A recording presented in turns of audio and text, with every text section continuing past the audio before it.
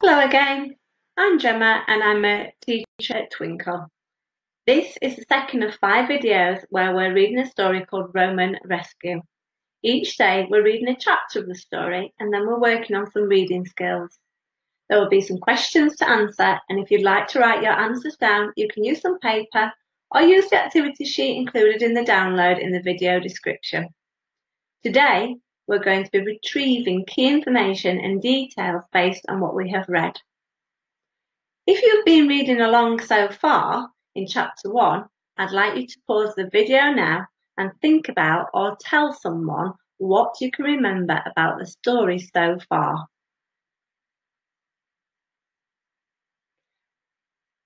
So far in the story, siblings Tilda and Charlie have been given the task from their parents of going up to the attic of their house above an antique shop to find out what artifacts and antiques are hidden up there.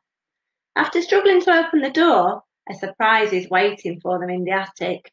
It's completely empty. So what we're going to do now is we're going to read chapter 2.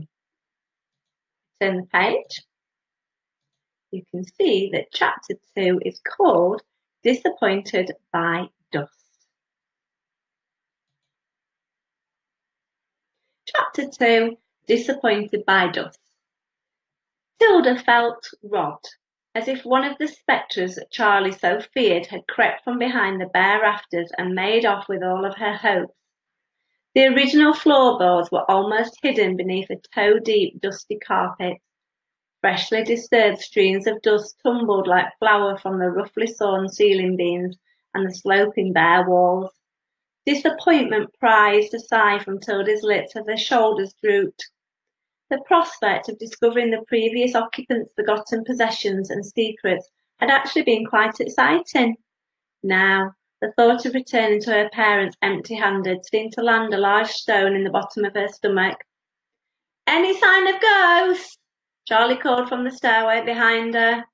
"Not unless they're hiding beneath all this dirt." "Eh?" Charlie poked his head around the door. Achoo! His sneeze sent a mini ash cloud rolling across the walls. "It's empty," he said. He bustled past her, striding out into the middle of the room. Thick shafts of bright yellow sunshine flooded through large skylights. How can this room be empty? Unlike Tilda, Charlie had half hoped to find piles of junk and bric-a-brac that he could sell online. The rest of the house was filled with clutter. This doesn't make sense. Tilda shrugged as she moved to explore an empty space in the farthest corner of the attic.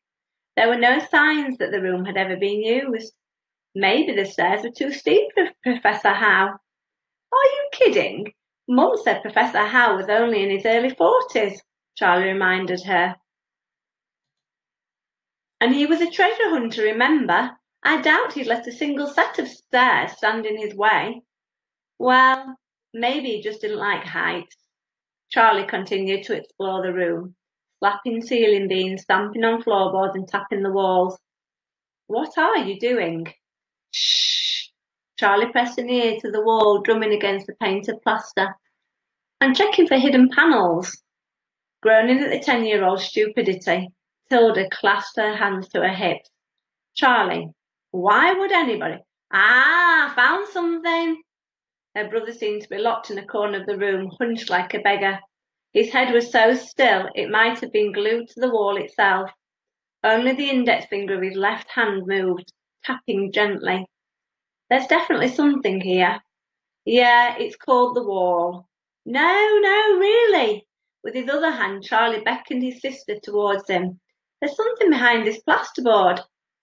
Slowed by doubt, Tilda moved to join her finger-tapping brother. "It sounds hollow," Charlie told her, shuffling to his left to make room. "Listen for yourself." Tilda gave Charlie a weary glance as she pushed her ear against the thinly painted plaster. "Listen." Charlie tapped a section of wall high above her head. It sounded flat and solid. When Charlie tapped again, this time slightly lower, Tilda heard an identical sound. "It's just a normal wall, Charlie." "Keep listening." When Charlie tapped just a centimetre from his sister's head, the difference was immediate. Tilda jerked away. Right, I'm going to stop there while I ask you some questions about this page that we've just read. First question is, how did Charlie check for hidden panels in the wall? Now, this isn't a memory test, so you can use the text in order to retrieve your answer. In fact, it's important that you do use the text to retrieve your answer. Did you find the answer? Charlie pressed an ear to the wall and drummed against the painted plaster. He was also slapping ceiling beams and stamping on floorboards. Right, I'm going to ask you another question now about these pages that we've just read. This is the next question. While Charlie was going around tapping the walls, Tilda thought he was being silly. Can you find a phrase that tells us this? If you'd like to pause now and either write down your answer or share your answer with somebody else.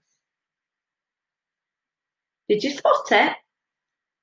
Tilda was groaning at the 10-year-old's stupidity.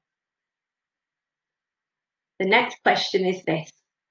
Where in the room did Charlie find something? You pause now. Charlie found something on the wall in the corner of the room.